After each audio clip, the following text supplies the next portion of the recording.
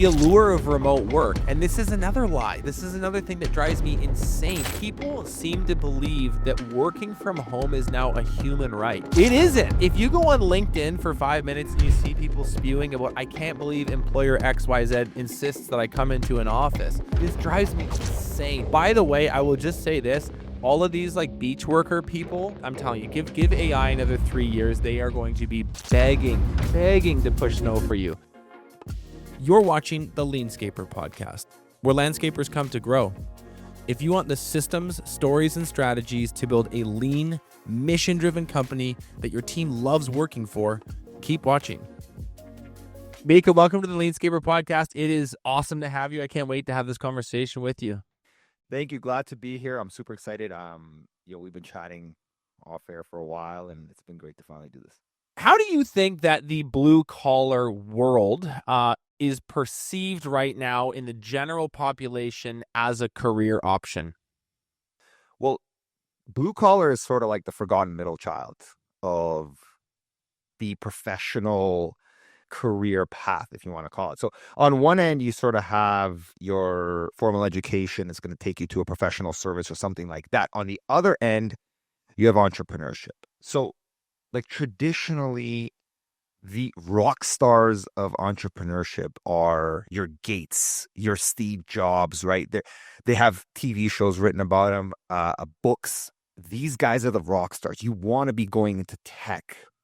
The problem that I'm seeing is the number of entrepreneurs are actually down, right? Yes, I knew that.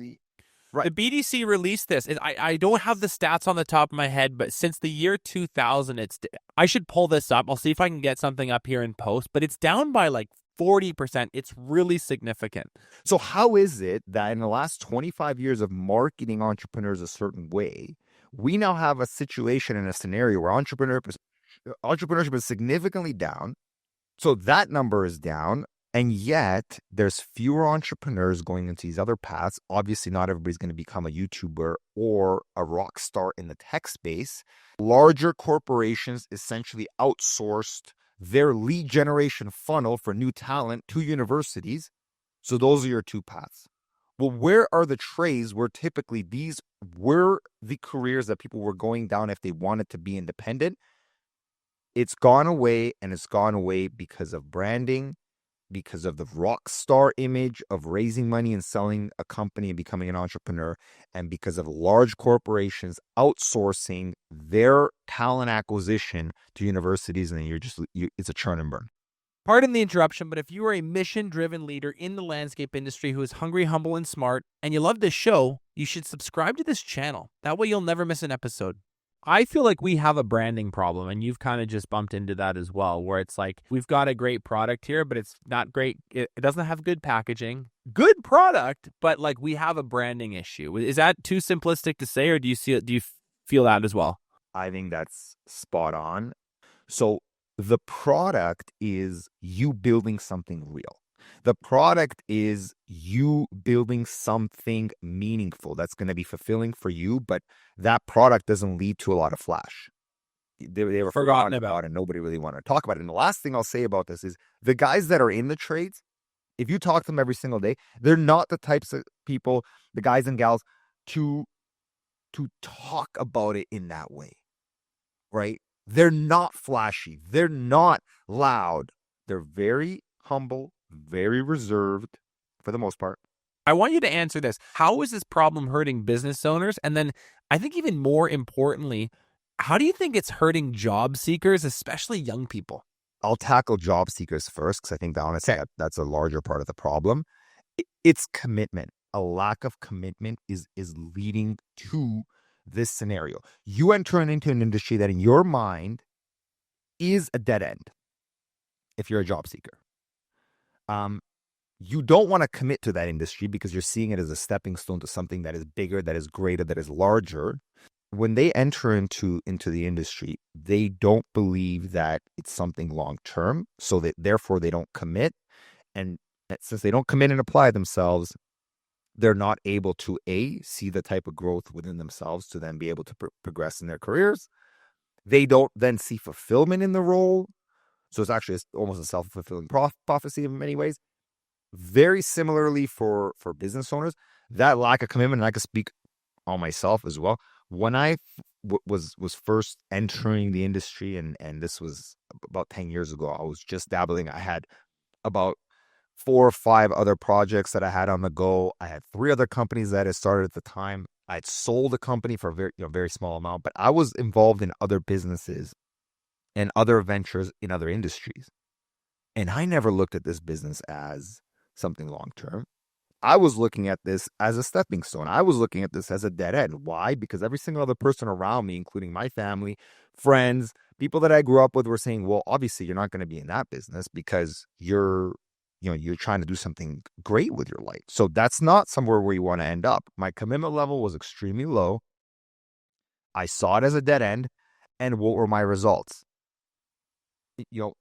Disorganized operation, didn't have a dollar to show for it.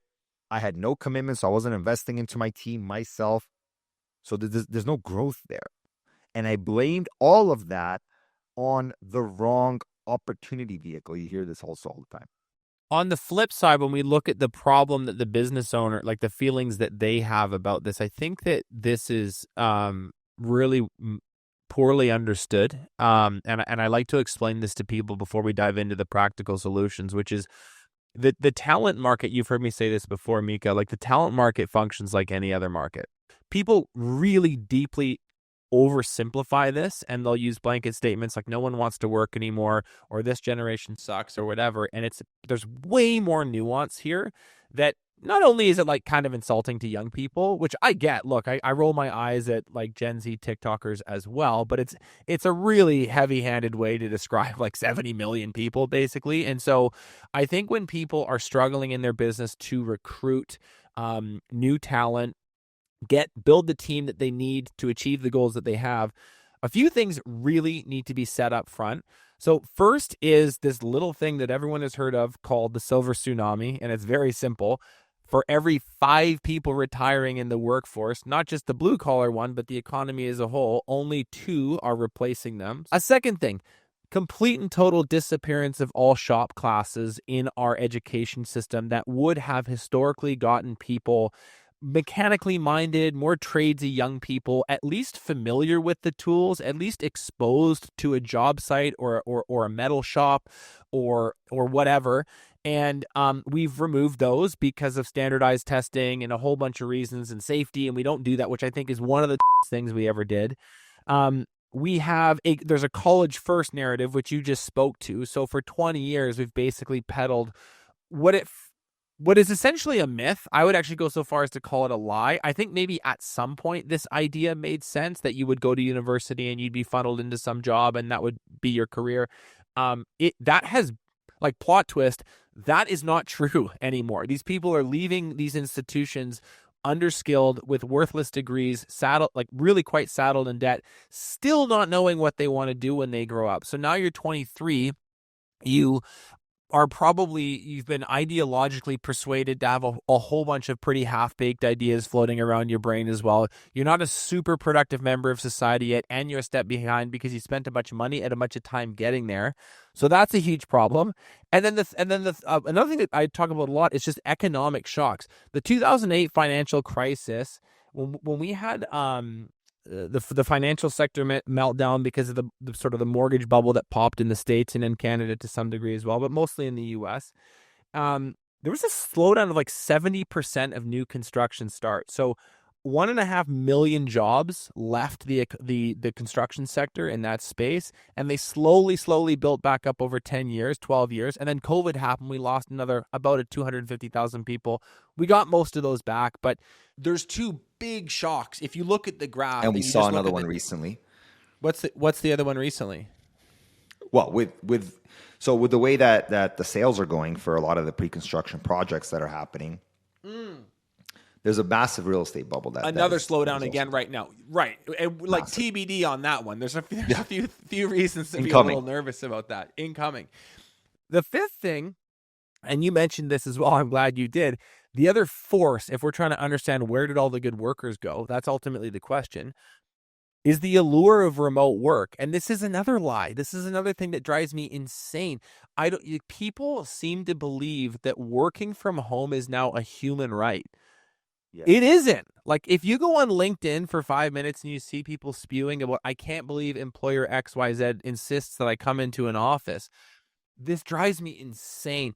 By the way, I will just say this. All of these like beach worker people are like, just, I'm telling you, give AI another 3 years. They are going to be begging to push snow for you. So Not I just, vacation. no, Working from home is not a vacation. serious people don't work from a hostel. I'm sorry. Cancel me, but that's just the truth in the way I see it. I've lived it, so You've done it. You've done a 180. I say all that to say this. If you're trying to understand where did all the good workers go, you cannot ignore some of those factors. And most people do. And what it leads them to do is come to really silly conclusions. And then they actually like depower themselves and their business to solve it, which is why I wanted to talk to you about this today, because I think that you guys have done a really awesome job. I'm sure there's more to do, but you're starting a conversation, you're putting in place initiatives to attract a younger generation and sort of be the antithesis to a lot of this that I just kind of riffed off. the big difference between that younger generation and I think the generations that followed is they want to know why, right? This is the why generation. It's not about telling them what to do or even necessarily coaching them around how to necessarily do it. It's giving them a great reason why to do it. They need a great reason to do everything. And I think, honestly, they have a more zoomed out and holistic view on this. So there's another trend that's been emerging, which with this generation is they're not drinking as much. They're not going out as much. For this generation, it's cool to be sober. It's cool to be into wellness. It's cool to develop yourself personally. It's cool to have real relationships and real friendships, which include the relationship and the friendships that you're going to have at work and the relationship that you're going to have with your place of work. Your place of work is no longer a place that's going to just support you financially. It needs to be a community that you want to be a part of. And you must believe that there's something larger at play than something you want to belong to. The younger generation, to me, within our company, they're willing to go the extra mile because they have a reason to. So they're either rock stars or they're not in. They're not involved. You're going to get zero out of them. And I think that's where a lot of that generation gets catches a lot of slack because you're not getting anything out of them if you just tell them what to do. You need to create the environment where they really understand the why. So I want to talk about like a very practical roadmap to, let's say, making trades cool again, reclaiming the trades. Let's make trades sexy again, however you want to coin this term. Like, let's say you and I are the rebrand experts. That's maybe a good way to put it. And we're going to go through what we think. We sort of semi-prepped this. There's a couple kind of key themes we want to hit around what is going to make this appealing, be a place of work that is desirable and attracts the type of talent that these businesses need to grow. Now, before we do, is there anything else when we think about the next generation that when you speak to other entrepreneurs, competitors, peers in the space, what have you observed? What do you think most owners and leaders within these businesses are really like misunderstanding or not getting about this next wave of talent? I think the talent that is coming into the business is not looking for a way in, they're looking for a way out. They're typically looking for a way out of the space that they're in, the industry that they're in, the environment that they're in.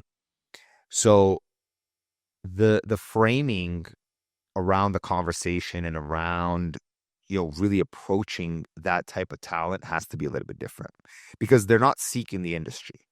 And if that's not the type of talent that you are bringing in, then you're missing out on what I believe is probably the best talent that is out there. Because everybody in this marketplace, and that right now it is a global marketplace, you're not only competing with the pizza shop down the street. You're competing with companies that are looking to hire talent and bring them abroad, hire talent and give them remote work. You're competing with online entrepreneurs that are trying to attract this talent towards the vertical that they're working on. It's a global marketplace for this talent. So if you're looking for the best talent, you need to, first of all, look elsewhere, not within just the industry, but outside. So the best talent is coming in and they're not necessarily bought in yet. So the first thing I think they're getting wrong is they're not selling them on the business. They're not selling them on the industry. It's role specific. Hey, here's what you're going to do. Here's how you're going to do it. Here's why you're going to do it. Okay, here's why this industry matters. Here's why this company matters. Here's what you can achieve within the context of this industry. Then company, then yourself and your role. You have to zoom out a lot more. And the other thing is, they want to be involved in multiple facets of the business. It's not as linear as it used to be, and I'll explain this a little bit more. There's almost no more worker bees. Like, I hate to use that term, but no, like, that's like not a thing anymore. Like, they want to feel involved. And the other thing that you said too that's so interesting is there's a lot of storytelling that needs to be done by you as a leader. Who are you? What's your story? What's the business story? What's the brand story? What's the industry story? Where's the business going? Where's the company going? Where's the industry going? Why do they care about that so much more? Like, why is there's this question, why again? Why do they care about the why of your business on such a level? Have you thought about that? Yeah, so it comes down to, I think, the difference between a job and a community. Like, if you're part of a community, you want to understand where it's coming from and where it's going, right? Where it came from, where it's going. And ultimately, part of being involved in a community is connecting to the leadership and putting yourself in the shoes of the person who is leading the show.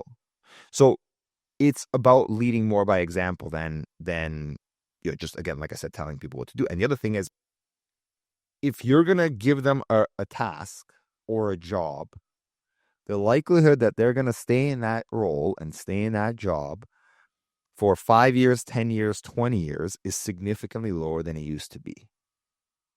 They're not looking at this as a long-term career in just one narrow channel.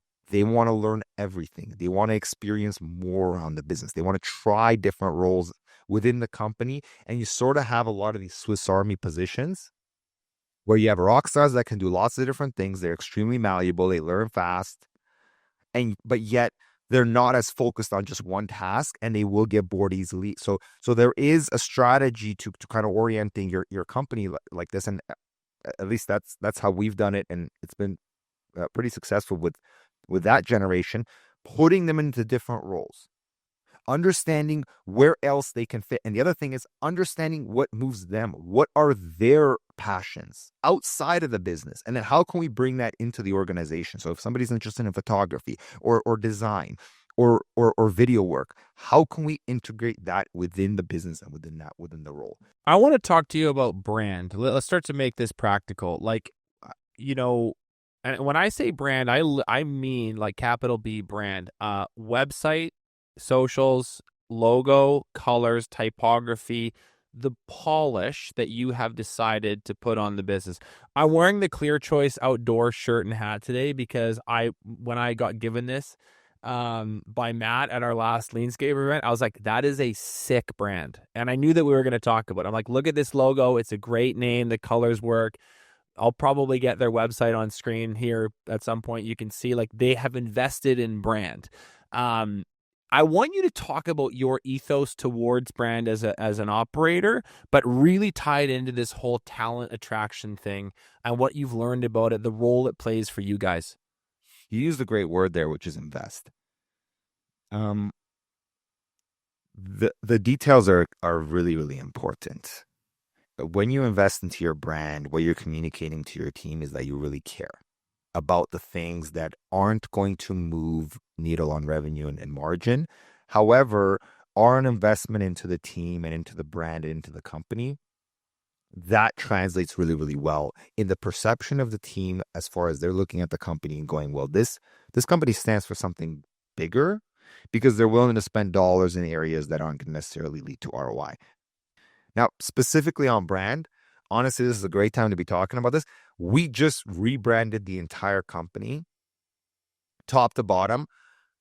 I'm talking we had our brand on the buses, so we did big, large format ads. What would it do to have our brand next to whatever brands are up there on those digital billboards where you're seeing an ad every few seconds? What would it do to our brand to be seen next to those other brands? Not just for our clients, but for our team. But and I put one right next to the shop. So every single person on my team, when they're leaving work, they're seeing our company on a billboard. That does something. I guarantee you, in their mind, our brand and our company just elevated to another level. I have my guys sending me photos of the buses that they saw. Hey, look, we're on the buses. That's not just marketing to get clients. That's marketing for brand. Get a professional shoot of your company. So, the photos of the team and of the guys, we created a separate folder where we just have photos of the team out there working, and we shared it with everybody, and they love it, right? Then they share it on their social media. Why? Because they want to show other people where they work. Maybe they want to show their spouse. Maybe they want to post it on their social media. And it's a super professional photo of them. They're out there, they're working, they look badass. Oh, and by the way, they're in our brand new uniforms that look kick-ass as well. Oh, and by the way, they're also on our brand new website where they're out there doing the work. If you don't think all those things contribute to somebody's sense of pride, when they're working into a business, you don't understand where the next generation is going. And by the way, these aren't all guys that are Gen Z or millennials. These are older guys and gals as well. The reason we went and rebranded again is just because we wanted to put our people on the website. We wanted to be a people facing brand. And part of this idea actually came from one of your events, the first one that we attended in Miami, where I believe it was Joshua from East Coast who was about Joshua Gomez. Yes, where he mentioned that it's more important to have a people facing brand and funnel than one that is for your client. It's more important to attract your team members through your brand than it is to attract your clients, because if you attract your team members, they will then produce the work that is going to get you your next dream client. I thought that was incredibly powerful. So a lot of what we did in this recent rebrand is focus on the people. So have the full cohesive brand, do the photo shoots where the guys are out there in the brand new uniforms and everything, put that up on the website, put that up on the billboards, put that up on the print, and really have a scenario where our guys are proud of showing off them at work. The branding makes your team look good, feel good, and it creates a sense of pride within the business. And I think, honestly, it is the number one attraction mechanism, like if we're thinking top of funnel, for your talent. We focused on a great logo, number one, having the right color scheme, number two, having a single message for our ideal client, and then honestly doing a couple of days of a professional company photo and video shoot. The assets, the photo and video is everything.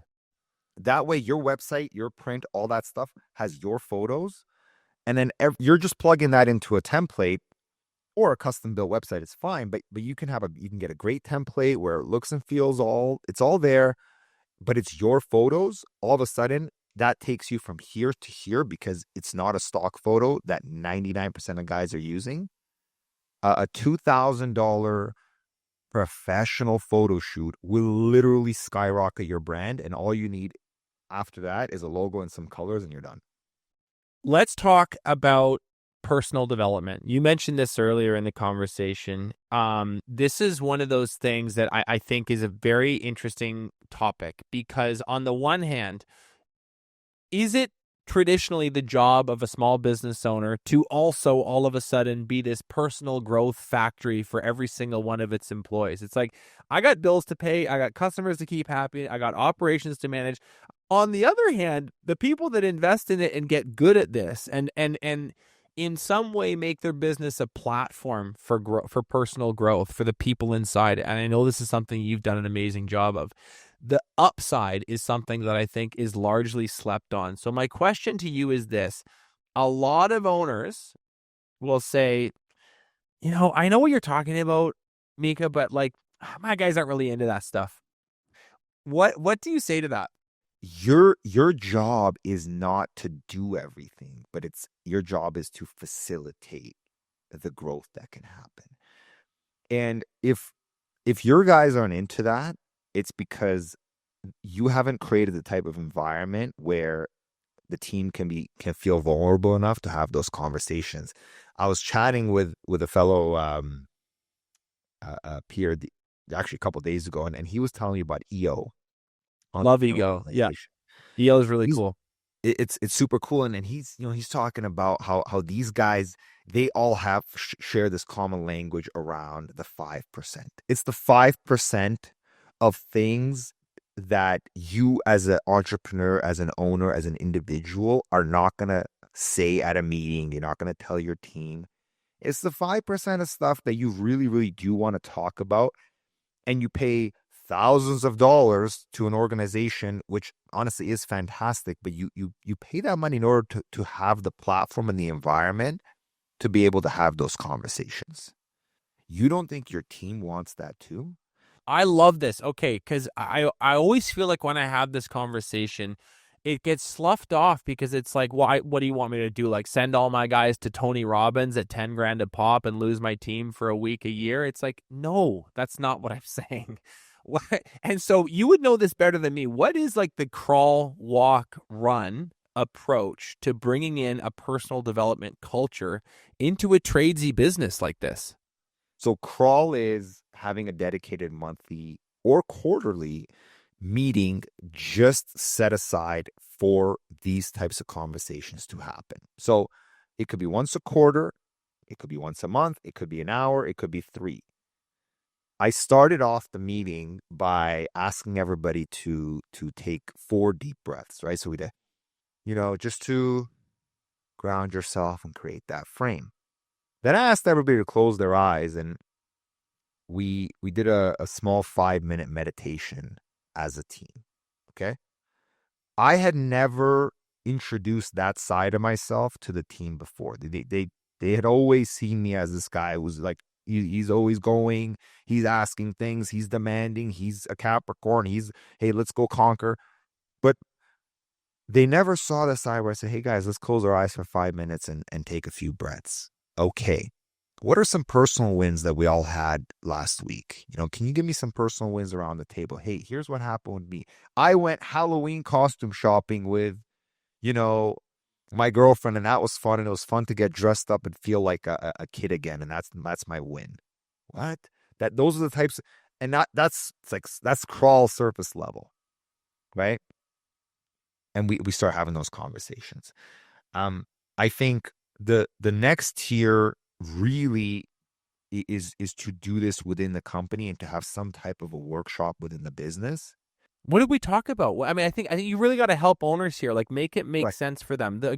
Is it a book club? Do I put together slides and talk to them about personal finance? Like, what should we be actually bringing in terms of subject matter? I would stay away from money and finance. Okay. 100%. I would stay away from money and finance because that's the first place usually people go, like a personal finance thing. And a lot of times I think your team is looking to talk about other things. And when you bring up the money conversation into it, then it's a little bit of a different discussion where how much are you making, how much are they making? Like it gets a little bit funky. So book club is great. So we do a monthly book club right now where we all read a book together as a team. We also have we sign up to the LeanScaper program, obviously, and we do the monthly calls. So it's a 2-hour call. I get everybody in a boardroom. We watch the call together, After the call, I have a 2-hour session with the team where we just we talk about the session. We talk about the book from the month before. We get into personal wins, right? And then there's activations that I like to call it. Well, where we'll do an activation where, for example, I'll get a wheel out and we'll write down all of their different priorities for the next month. I'm not saying these are all of the exact things that you have to do. No, but some examples. Yeah, But this some is examples. great. Then eventually it gets to a point where the team is comfortable enough for us to have these conversations where we're having a retreat where I actually brought this on, where we're putting together a book like this, okay, which is around 300 pages and it's different things, right? I could just open up to a random page, right? Okay, so we start off, but we talk about their year, our culture, right? Who we are, our word for the year. I relate this to them. I relate this to the company.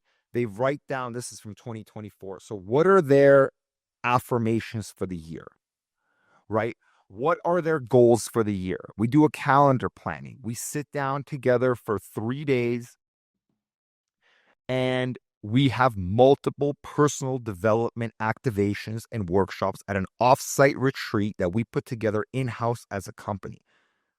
Yeah, so that's the run. It's like we get there eventually. We start all this with a quarterly, ad hoc conversation that about nothing to do with work and wins for the last month and some sharing. And we Then move our way slowly into that. Then having somebody else say all those things is super effective because now they're thinking, wait, you just said that. Now this person who I really respect and is highly regarded in the industry is also saying the exact same thing. Okay, so now I trust you a little bit more. So then taking them to events and things like LeanScaper or having those calls with them as a team is incredibly effective. That's sort of the walk stage.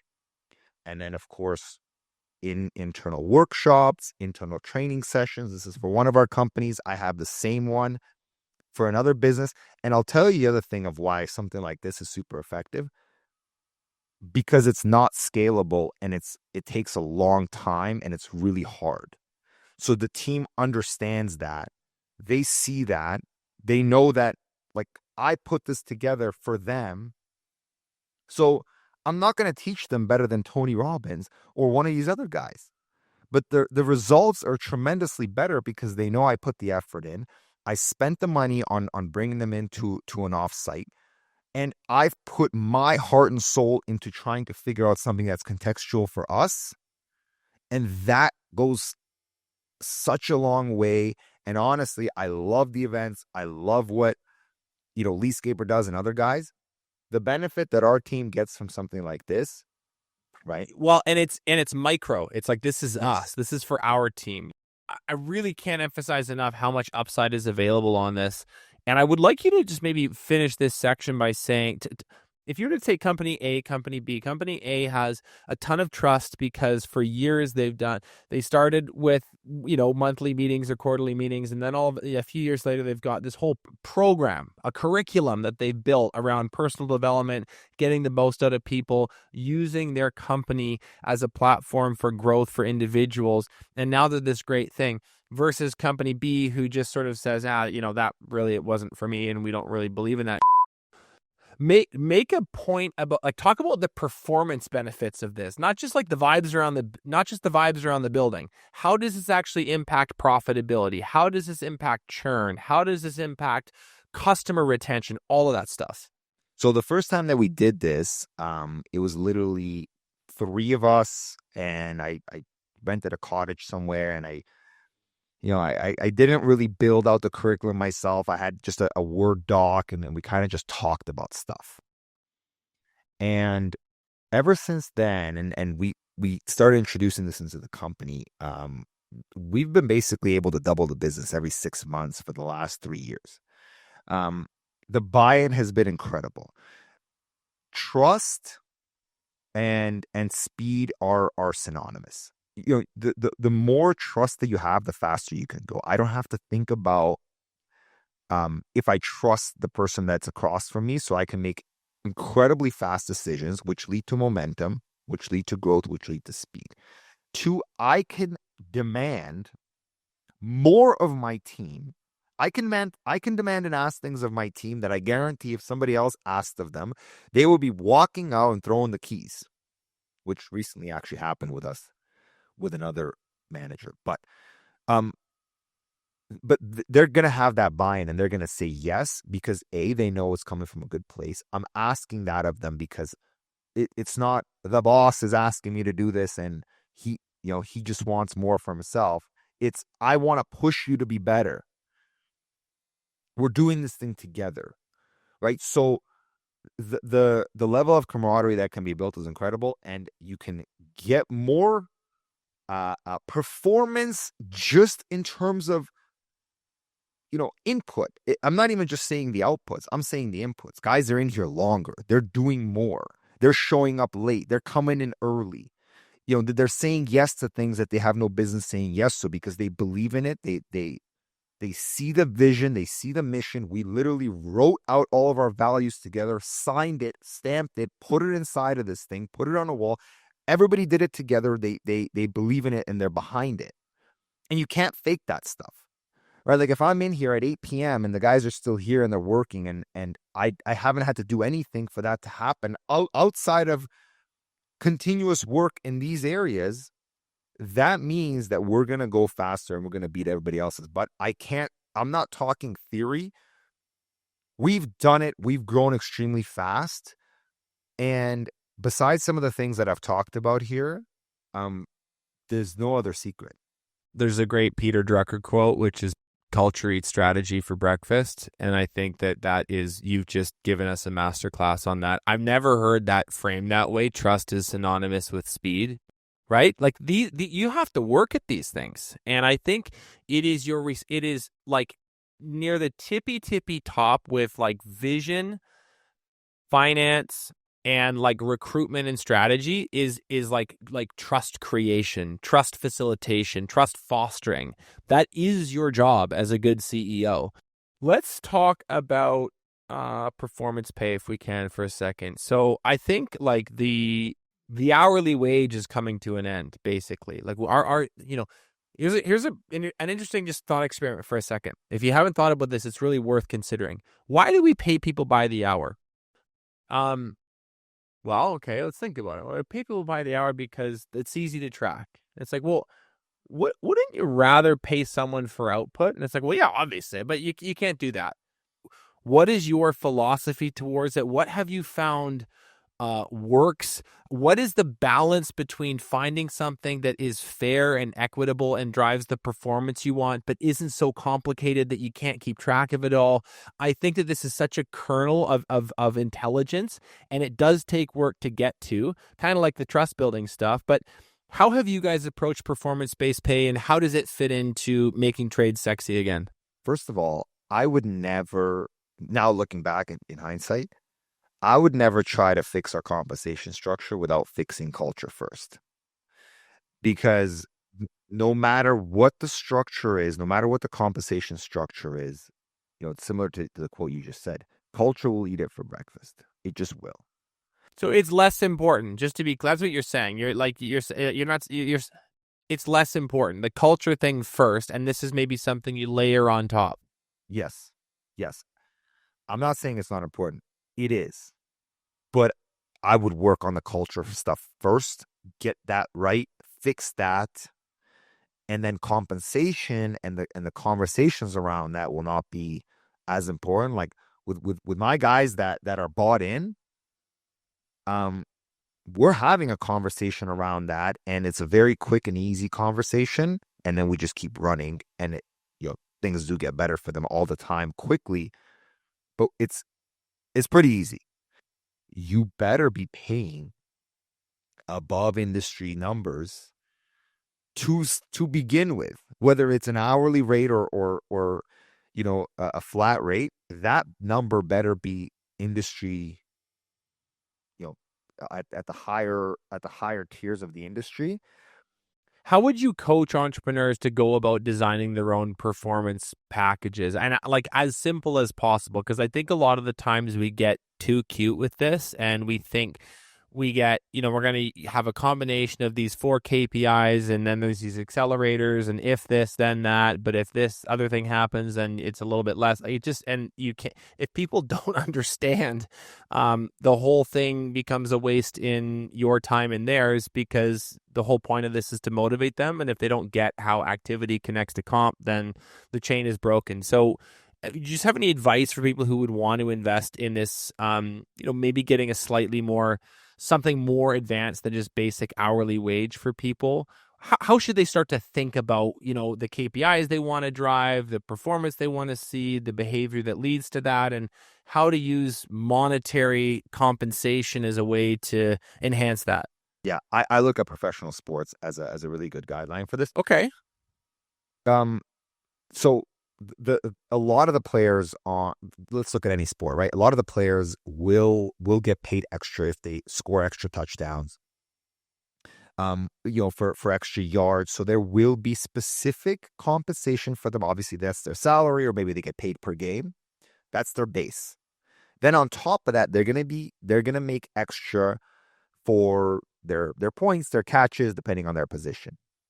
And then depending on how well they do as a team, there is a financial bonus, for winning the championship or making it to a certain round. And then, of course, you win. So a lot of times I see people talking about this where, hey, player A, he should have took way less money, but he could have won a championship, right? If we win, everybody rises. So, in terms of direct compensation, that looks like team performance. Everybody on the team should get something if the team performs well. So we can look at a few metrics to start that it's like a scoreboard, right? So what are the metrics that are going to point to the team winning? What are the targets? What are the goals? What would need to happen for me to be able to say that we won the championship? If we hit these targets as a team, everybody won, everybody gets X. Then there's individual stats and individual performances. This is a secondary layer. In professional sports, a lot of times we don't even think about this. Do you think that Tom Brady is throwing that final catch on the guy's freaking helmet at the last second of the Super Bowl because he's going to get an extra $200,000 for making that throw, or he wants to win? Why is he doing that, right? So yes, every single person on the team wants to earn more. There should be individual stats that lead to performance pay, 100%. But I would establish a team winning scenario. We all gun for that win as a team. We all get something. Then individual stats, because with individual stats, a lot of times you have scenarios on the team where, hey, well, I don't want to do this because if I help this person, then, it's taken away from my quota over here. No. The team performance is the most important. You have guys that are shovelers on your team, and all of a sudden they're 6-figure guys. Okay, now, so you're not holding things back from them that are gonna get them to the next level, where potentially they might leave you and go somewhere else. Because after these guys have been running mates with you, they go from X to Y, and then maybe they go to a different opportunity because you won. They're not saying we're not going to win this game because the head coach is going to get recruited by somebody else and we're going to have to break up the team. Everybody knows that. When you win a couple championships, the team breaks up because now everybody's more valuable and they all get it. That's how it is, and that's how it works in the business world as well. You win as a team for a few years, you're going to lose a couple of your top guys because they're going to go to a competitor company and they're going to say, oh, you're coming from this? Yeah, well, here's my position. Now I'm going to the next level. That's a great thing. Let's talk about technology here to wrap up, because I think this is another part of the chapter of this story. And it's when we talk about making a business sexy and appealing to a new wave of talent. One of the things that I think about a lot, I think about this with my own team here at LeanScaper, my department here at LeanScaper. I want this to feel modern to work inside of. how do you approach the question of using technology as a feature inside a business to make it feel more fun, more modern, more young, more cutting edge versus old school and in the past? It's almost a filter in a way where our tech stack is at a level now where somebody who's joining who isn't that technologically savvy, and again, depending on the role, but who isn't aligned with that, it's going to filter them out. But somebody who does want to work somewhere that is forward looking, and I heard the statistic around AI as well, which is one of the big detriments around it is you're somebody who is in school and you're studying to become profession A. And at the same time, there's a conversation around that profession potentially being completely eliminated or significantly diminished through AI. I think the same thing applies within the business where if this industry and this job is stuck in the stone ages here, why would I join this company if I believe that AI is going to be taking over lots of different jobs? Companies that are technologically advanced, in my eyes, are forward thinking, and this is a great place for me to be because these guys have tech that is at a level that I haven't seen it around in the industry or in the business, and it looks like they're forward thinking and they're going in the right direction. It's sort of a promise that we're going to be around. We're growing with having the company feel like it's a place where you want to be, right? And the technology is going to contribute to that feeling. It's not just the tech, right? It's everything. So we just moved into a new facility. I was very intentional about making every single thing in this building unreasonably at a high standard. It's not necessary for us to have all these things, right? But I want to make the offices super nice. I want to make the building extremely clean and high end. I want to make the tech in here like great. And we have everything that we need within the facility. That way, when you're walking in, you can, for lack of a better word, you can cosplay that you're walking into Google, right? Because the building is super nice. We got the bean bags. We have the technology. You're walking in to Google, right? And we got the free snacks and all the rest of this stuff, right? You're in the offices of Facebook. You're not at a landscaping company. And I think that for that generation matters. Technology is not just operational, it signals legitimacy and it signals progress. How would you encourage a smaller business, an up and comer who loves that mindset but just isn't there yet, asset wise, cash flow wise, to make investments like that? What's the cheap and cheerful version of that for a smaller operator who's like, you know what, I want to make this nice here, but I can only do so much. Like, how should they approach those little touches, the signaling of progress through technology or through spaces or offices or vehicles or what have you? What is a more conservative approach to what you're describing you want to do? We just got the building now, so it is very relevant. I think we used to do our meetings at a big Regis office. It's like a shared office space. So I had this nice glass boardroom, and we'd all sit around this boardroom table, and we'd have our big monthly meetings when it was like 3 of us, right? And we're having our big boardroom meeting, and it just feels like the company is bigger than it is, casting a future truth. What does this company look like tomorrow? Where are we having our meetings tomorrow? Maybe a few times a year, go somewhere really nice with the team. I had an end of season dinner, I think it was like 3 years ago. Really nice restaurant. I had these like individual bags for all the guys. We had an awards dinner for the end of the season. The team came in, they got to dress up. It was a nice moment. they were able to come in and get dressed up. They saw me dressed up. Like, that matters.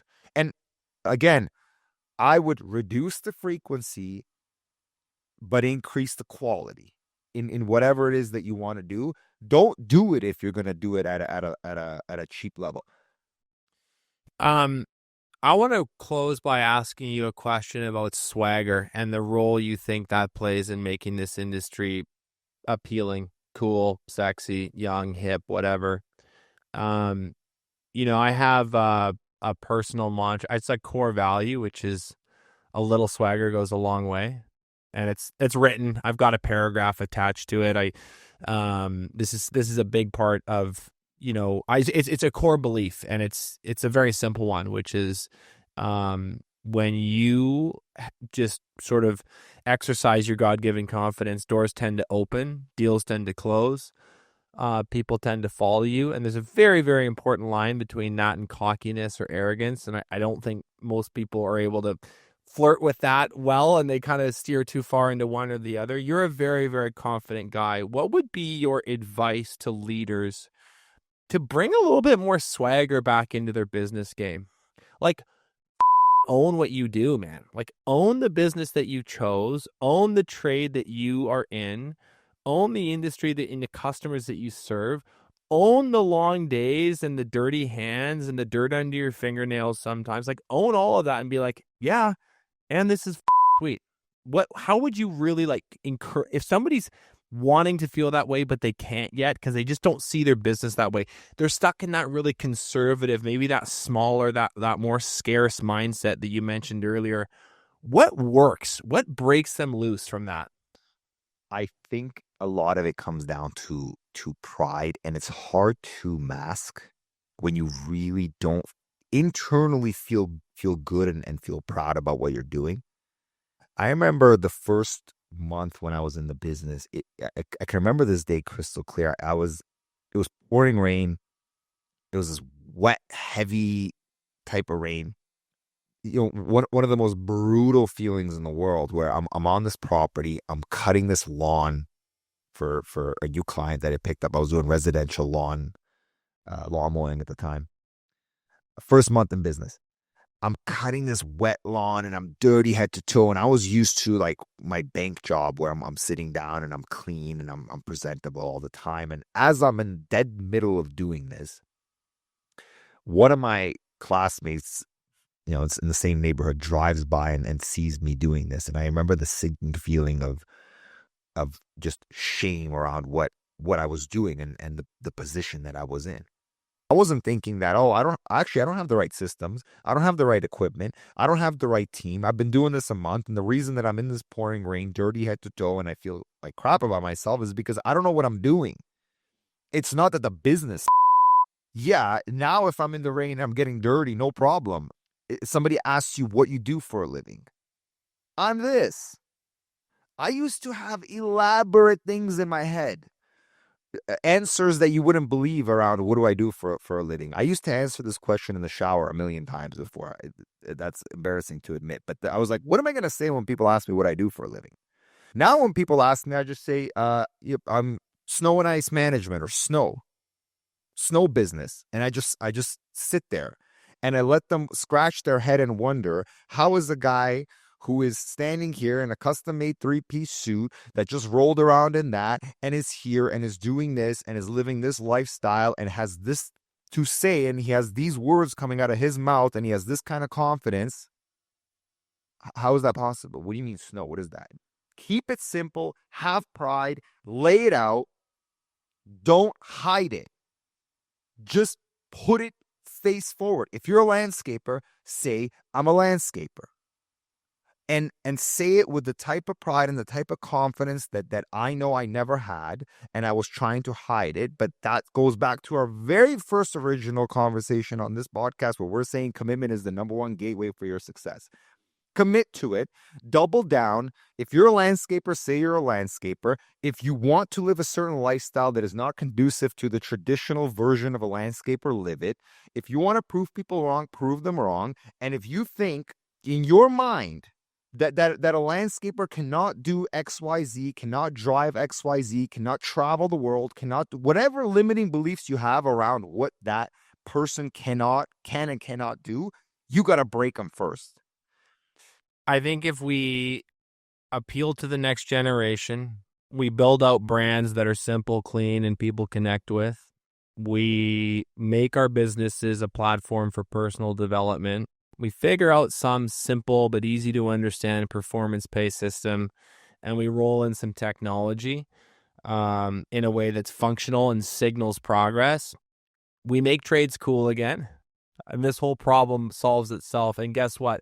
There's a massive housing shortage. There's also going to be a whole massive talent pool available over the next 5 years as AI replaces what's probably going to be 50% of the entry-level white-collar workforce. So if the blue-collar economy was a stock like the S&P 500 is, and you could just buy basically a bundle, I'd be buying right now. I'd be buying. And I think it's the people that do those things well, make their companies really cool, really sexy, really modern. They're the ones who are just going to skyrocket while everyone else is wondering what they're doing differently. You almost have to push yourself though a little bit to show that off and to talk, because honestly, if I sit up here and say, you know what, I run a great company, I have an amazing team, I find incredible fulfillment in my work, I build great things for great people, I love my customers, those things would all be true and they would be the things that matter the most to me. But if I say that, nobody's really outside of the industry going to get it and be attracted to it for those reasons. But if I say that, hey, I've been able to make life-changing money, I've been able to travel the world, I've been able to do what I want, and have time freedom, location freedom, and financial freedom, which are the three key things I think that are different from what people were seeking before. If we could communicate in that way and just show a little bit, and you can kind of want to push yourself. It's almost like selling a UFC fight. Like the flashy guys sell the fight. The guys who are great fighters don't sell, but they win every time. You almost want to be a little bit of both just to attract. I love it. Tell us a bit about what you're up to with Reclaim the Trades and the mission you're on with that. And I think that's a great place to close. So I'm on a mission to redefine the blue collar industry for the next generation of talent. I've been working on a project around creating a community and an ecosystem that really helps the next generation and empowers them to progress in the trades and master the trades, whether it's founders or leaders within the business. I started working on this a couple of years ago, and while I was doing that, I realized that the biggest ROI on this actually is going to be building a great company for real, applying all of those principles within my team first, and then, sort of hosting the workshops and the things that we do for owners and for leaders on the side, and not necessarily pushing it right now. And I think that was a great decision because, to my previous point, when I started really pushing this, I wanted to see change in the industry.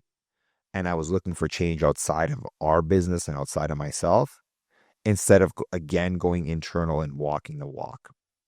So we're on the mission. We're walking the walk. We're changing our company, our team, our micro environment first. And then we're going to cascade that out to the larger industry at large and sort of push that message in that initiative. But I think it's about shifting culture. It's about breaking the stigma and putting a new lens on the business and on the industry. And it's a big project. I have a massive vision for it. But I think it's important to really double down right now and walk the walk and build a great company and redefine blue collar from the inside out. And that's honestly right now just my message to any founder and any entrepreneur watching this. Start with you personally, change yourself personally, change your company, and then from there you will see the type of change I think that you're looking for. So that's exactly what we're doing. Mika, this has been awesome. I appreciate you a ton, and can't wait till we get to hang out again in person. I think the listeners are going to love this one, and we'll have to do it again soon. Thank you. Thank you, brother. Really appreciate it.